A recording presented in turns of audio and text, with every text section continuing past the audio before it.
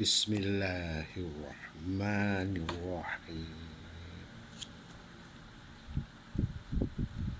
Sambung kepada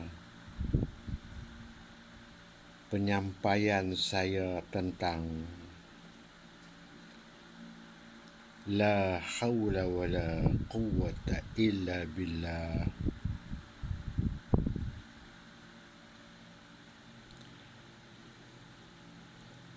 Di mana dalam penyampaian yang lepas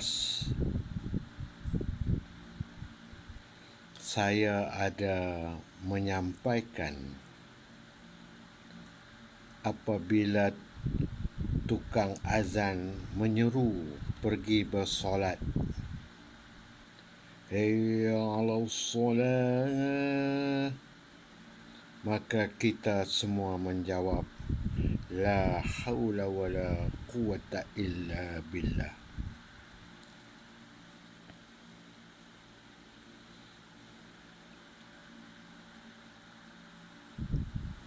Bagi menjelaskan kepahaman tentang ayat itu, Allah Ta'ala suruh kita mengaku yang daya upaya kita itu bukan milik kita, tetapi amanah daripada Allah. Rujuk Al-Ahzab ayat 72. Aku hendak memberi amanah kepada langit dan bumi, gunung dan ganang. Mereka tidak sanggup menerimanya. Manusialah yang menerimanya. Maka jadilah manusia itu zalim, bongkak, sombong. Macam-macam lagi Allah Ta'ala kata di dalam Al-Quran. Akhir sekali Allah Ta'ala kata jahil.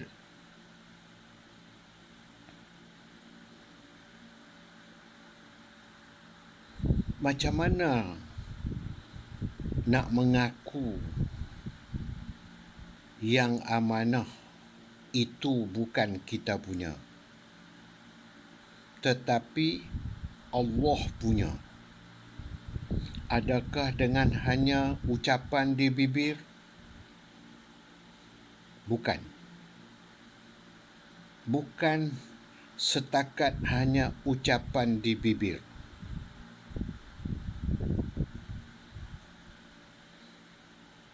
Akuan itu ada kerja buat dia.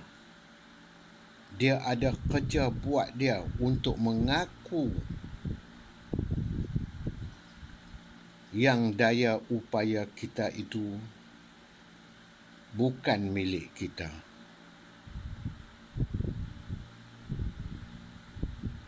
Allah Ta'ala telah sediakan jalan untuk mengaku sejak Nabi Adam lagi.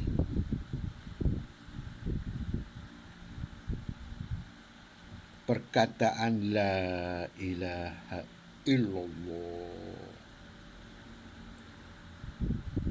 turun daripada Allah Ta'ala melalui malaikat sejak Nabi Adam lagi,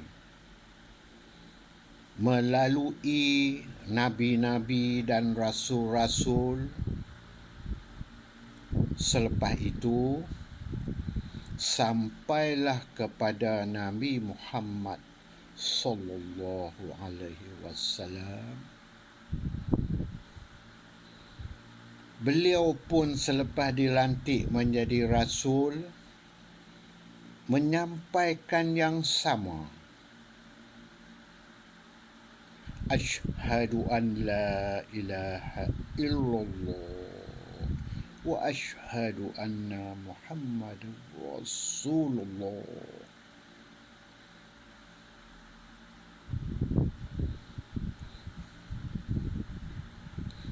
Di situlah adanya kerja buat, adanya akuan, adanya ikrar kita.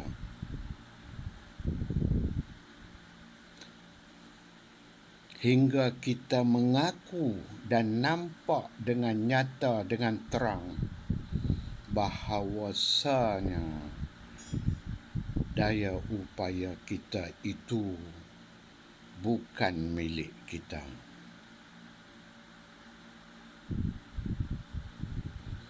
Sebab itulah Nabi Muhammad sallallahu alaihi wasallam membawa itu dulu, iaitu memberi kepahaman dua kalimah syahadah. Itulah sunnahnya yang pertama.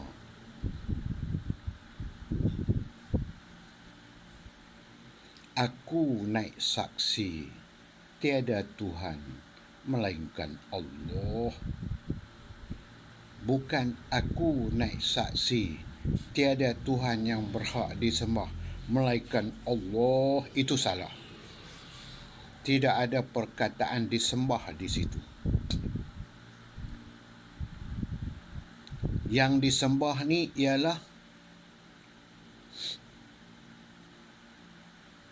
objek-objek ataupun makhluk lah, seperti berhala. Kalau kita percaya saka baka, itu pun termasuk yang disembah. Kalau kita percaya kepada hantu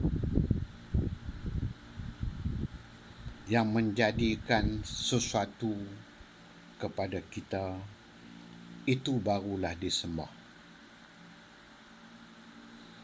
Allah Ta'ala di dalam ucapan asyhadu an la ilaha illallah, tidak ada perkataan disembah. Abada yang budun tak ada di situ. Yang ada an la ilaha illallah.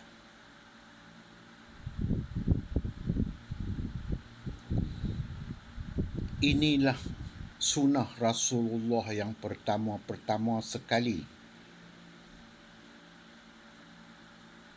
Rasulullah buat kerja yang ni dulu selepas beliau dilantik menjadi Rasul. Memberi kepahaman dua kalimah syahadah. Dua kalimah syahadah ni lah ilmu tauhid yang sebenar-benarnya.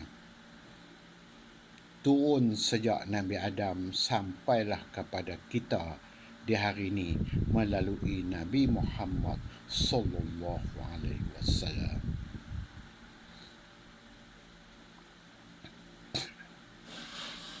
Jadi tuan-tuan, kita sama-samalah belajar supaya kita faham apa yang kita ucapkan. Kita tak mau jadi macam yang Allah Ta'ala kata di dalam Al-Quran. Tidak, sama sekali tidak. Itu hanya ucapan di bibir kamu sahaja. Kita tak mau jadi macam itu. Hendaklah kita mengucap dengan kita faham apa yang kita ucap. Kalau kita kata aku naik saksi, hendaklah kita tahu apa yang kita saksi. Sebab asyhadu tu, alif fathah itu isim ana. Dal dhammah tu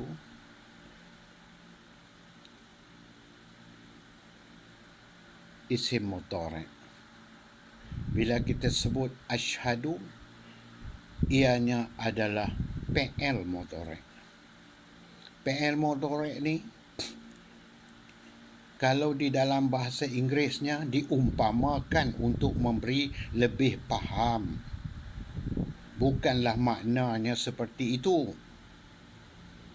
Dalam bahasa Inggerisnya kita kata present tense. Bukanlah maknanya present tense, bukan. Sebutan present tense itu untuk mudah memberi kepahaman kepada kita. Bila kita kata asyhadu, kita disuruh menyaksi. Kita kena menyaksi, bukan setakat kita kata aku naik saksi, bukan. Dia diumpamakan seperti kalau kita kata aku minum kopi, tetapi kopi ada di dalam cawan, duduk di atas meja di hadapan kita. Kopi ada di dalam cawan, duduk di atas meja di hadapan kita. Kita kata aku minum kopi. Itu tak betul. Dia bukan PM modorek lagu tu. PM modorek ni kita angkat cawan kopi tu, kita bubuh diletak di mulut, kita minum, maka kita kata aku minum kopi. Itu PM modorek. Sebab itulah perkataan dua kalimah syahadah ni kekal sepanjang zaman. Pada masa disebut oleh Rasulullah bersama para sahabat dan umat Nabi Muhammad pada masa itu, sampailah kepada hari ini, kekal. Manusia-manusia yang sebut pada masa itu, dia jadi pada masa itu. Kita yang sebut pada masa ini, dia jadi pada masa ini. Manusia yang sebut pada masa akan datang, walaupun sejuta tahun lagi, dia jadi pada masa itu. Sebab dia PL modorek. Dia bukan PL mardi. PL mardi ni dia yang dah lepas.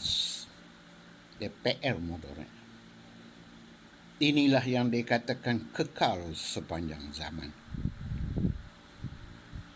Maka sama-samalah kita belajar untuk memahami dua kalimah syahadah, iaitu ilmu tauhid, hingga jelas nampak terang yang perkataan la haula wala quwwata illa billah itu sungguh benar, sungguh benar, sungguh benar dan sungguh jelas.